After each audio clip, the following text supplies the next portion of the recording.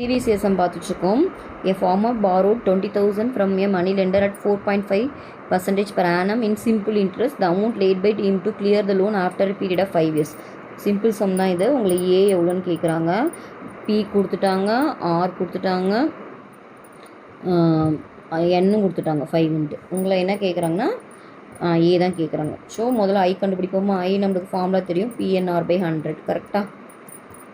அப்போ பி எவ்வளோ 20,000, n வந்து பார்த்தீங்கன்னா 5, r வந்து 4.5 டிவைட் பை 100. ஓகே, இந்த 2 0 கேன்சல் பண்ணிடலாம். இது வந்து 200 × 5. இதையும் நான் பாயிண்ட் எடுத்துகிட்டு எழுதுகிறேன். அப்போ என்ன ஆகும், 45 டிவைட் பை 10ன்னு வருமா. அப்போ இந்த 0 கேன்சல் பண்ணிடலாம்.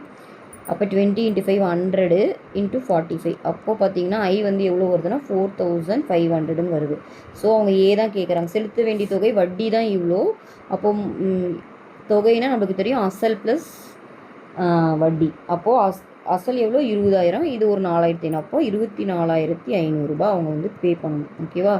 அவங்க எவ்வளோ செலுத்தணுன்னா 24,500 ரூபாய். ஆன்சர் டி தான் இது கரெக்ட் ஆன்சர். ஓகேவா?